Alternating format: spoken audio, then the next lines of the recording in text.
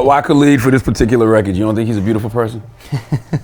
No, I mean, a couple of reasons.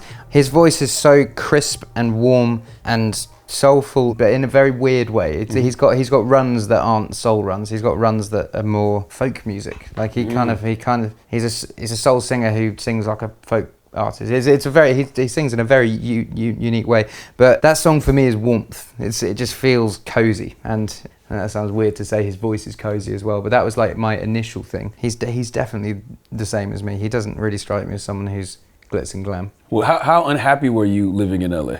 Miserable. I hated it. Yeah. I hated it. Yeah. I mean, now like I like going to LA because I go in for like 3 days and I see people I love, and then I'm gone. But it's the same everywhere. Like I was miserable when I lived in New York as well, because I just have to be home. It's like there's a book that I read called His Dark Materials, and it's about parallel worlds. And there's this guy that has a knife that can cut into other worlds, and his dad discovered the worlds before him, and his dad ended up dying because he was away from his world for so long, and it drained him being in this other world. And for me, it's that. Like being in not just England, but being in Suffolk just keeps even on tour, I'll like come back here and I'll feel revitalized, and just I'm not American. I don't belong in America. Just like you living here, you'd probably get sad at some point and be like, I need to go back to Carolina, or I need to go back to Jersey. I'd get fat as hell living here. Between all the beer and the fish and chips, I'd be fat as fuck. Was there ever a moment where you felt like you were about to conform and become one of the beautiful people? I definitely did though. I definitely did for like, really? Yeah, for like 6 months. That was it. I was in. And I was hanging out with fucking people that were on Disney shows once upon a time, and we were like, you know, hanging out in backyards. Every day I'd meet someone new and it'd be like, oh, this is so-and-so who was on this movie, and then so-and-so who did this song, and just, I don't know, you kind of get sucked up in that world, and there's always a different event to go to. You go to One Oak, or you go to fucking, what is it, Bootsy Bellows, and there's always something on. And it's just that every single day, and I just felt myself getting a bit drained from it. Why is it hard for people to be themselves in the industry? And does the industry allow that?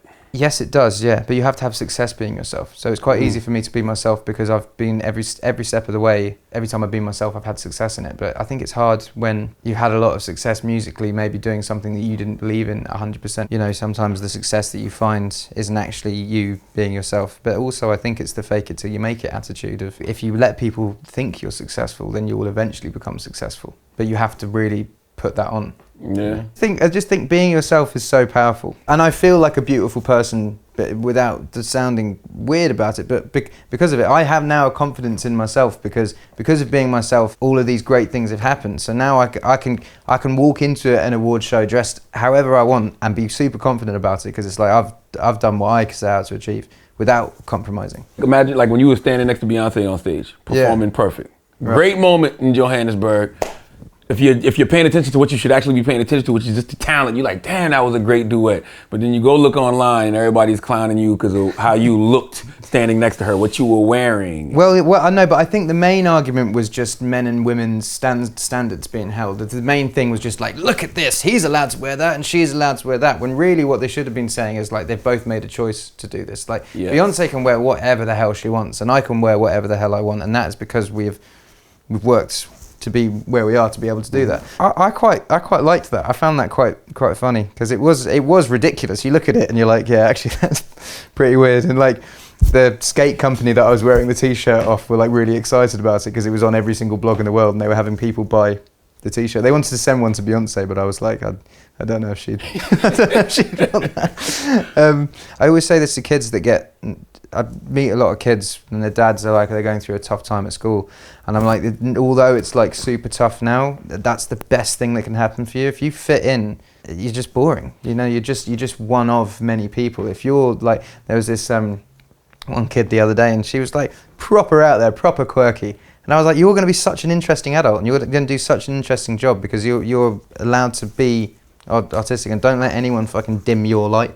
Like, you should always shine as bright as that. But it's about instilling confidence in people. And I think me having success, I can say to her, look, I was really weird and I've managed to have success. So if you just carry on doing you're going to have the same thing.